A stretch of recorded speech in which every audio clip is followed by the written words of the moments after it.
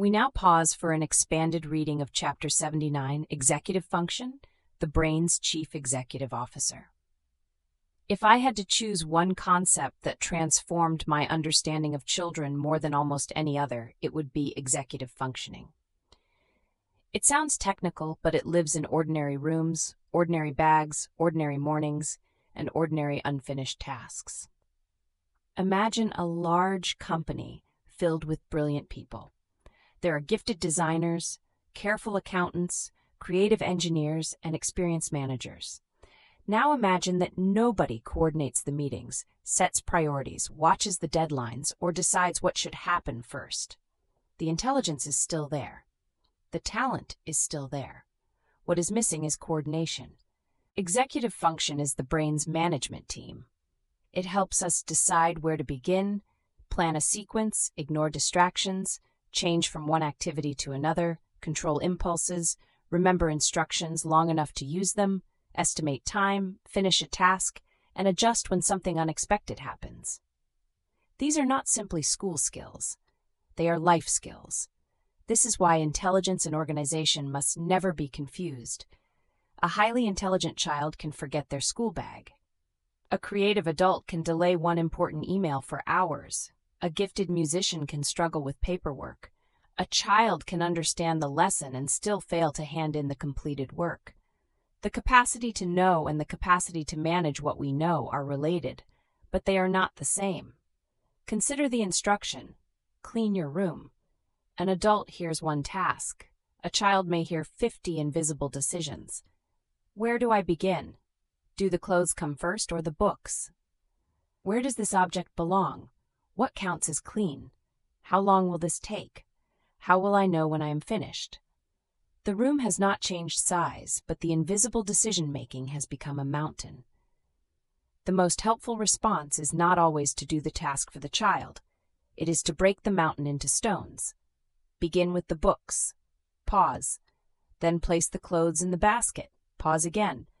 Put the rubbish in the bin. Check the floor. The mountain remains real, but it becomes climbable. Starting may be the hardest part. Parents sometimes assume that a child dislikes the work when the real difficulty is crossing the space between intention and action. A train needs enormous energy to move from stillness. Once moving, momentum helps. The child may not need a lecture about motivation. They may need someone to begin beside them. Adults know this experience too. We look at a cupboard that needs organizing and walk away. We place a passport beside the bag and still leave without it. We carry washing to the machine and forget to press start. We open a drawer and in our minds complete the task without physically closing it. These moments should not make us ashamed. They should make us compassionate. Support is not the enemy of independence.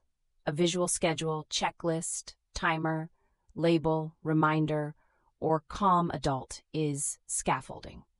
Builders use scaffolding while a structure is being formed. Nobody calls the building weak because scaffolding helped make it possible. In the same way, parents and teachers can lend organization while the child's own management systems develop. The spiritual invitation is equally gentle. Scripture rarely gives a person every future step at once. Abraham is told to go. Peter is told to follow. We receive daily bread, not a lifetime of bread in one overwhelming delivery. The Father understands that human beings often walk best with today's step. The question that brings freedom is no longer, why won't they? It becomes, which part of this task is difficult to begin, hold, organize, change, stop, or finish? That question moves us away from blame and towards useful support. It allows us to see a capable child whose invisible management system may need another pair of hands for a while. This is not lowering expectations. It is making expectations reachable. It is coaching rather than controlling. It is helping the child experience enough successful steps that little by little the structure becomes stronger and the scaffolding can change. Chapter 80, Working Memory, the Brain's Invisible Notepad. Working memory briefly holds information while it is being used. Multi-step instructions may fade before action, making visual schedules, lists, timers, repetition, and external reminders acts of wisdom.